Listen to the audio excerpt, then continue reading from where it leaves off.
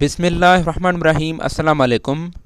पिछले वीडियो में हमने बेस एंड एक्सपोनेंट के बारे में पढ़ा था कि बेस कौन सा है और एक्सपोनेंट कौन सा है, और उसको पढ़ना सीखा था। अब हम मज़ीद नॉलेज हासिल करेंगे बेस एंड एक्सपोनेंट के बारे में। सबसे पहले लिखा हुआ है 10 to the power 2। 10 to the power 2 का मतलब क्या है? 10 टू द पावर 2 का मतलब है कि आप 10 को 2 टाइम्स मल्टीप्लाई करें, यानी 10 इंटू 10। 10 इंटू 10 कितना होगा? 100 होगा। 10 टू द पावर 2 का ऐसा मतलब नहीं है कि आप 10 को 2 से मल्टीप्लाई करें। आप 10 को 2 से मल्टीप्लाई करेंगे तो 20 आएगा। 10 टू द पावर 2 का मतलब है कि आप 10 को 2 टाइम्स मल्टीप्लाई करें, यानी 10 इंटू 10 कितना होगा? 100 होगा। सेकंड है 10 to the power 3। 10 to the power 3 का मतलब क्या है कि आप 10 को 3 टाइम्स मल्टीप्लाई करें, यानी 10 इंटू 10 इंटू 10 कितना होगा? 1000 होगा। 10 टू द पावर 4 का मतलब क्या है कि आप 10 को 4 टाइम्स मल्टीप्लाई करें, 10 इंटू 10 इंटू 10 इंटू 10 कितना होगा? 10,000 होगा।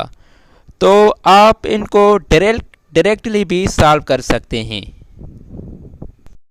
जैसे नंबर 1 है 10 टू द पावर 2, तो जितना एक्सपोनेंट है उतनी आप ज़ीरो दीजिए। 1 देकर जितना एक्सपोनेंट है उतनी आप ज़ीरो दीजिए। जैसे नंबर 1 है 10 टू द पावर 2, 1 देकर आप 2 ज़ीरो दीजिए।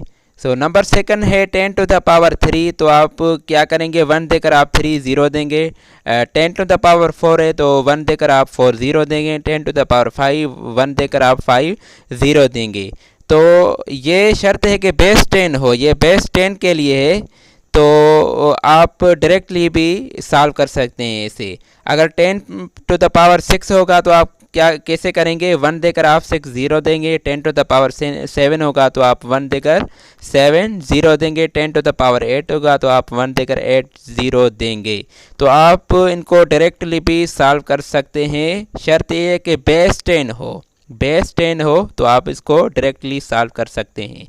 इंशाल्लाह अगली वीडियो में किसी नई टॉपिक के साथ हाज़िर होंगे, बेस एंड एक्सपोनेंट पार्ट 3 के साथ। तब तक मुझे इजाज़त दीजिए। Thank you very much. God bless you.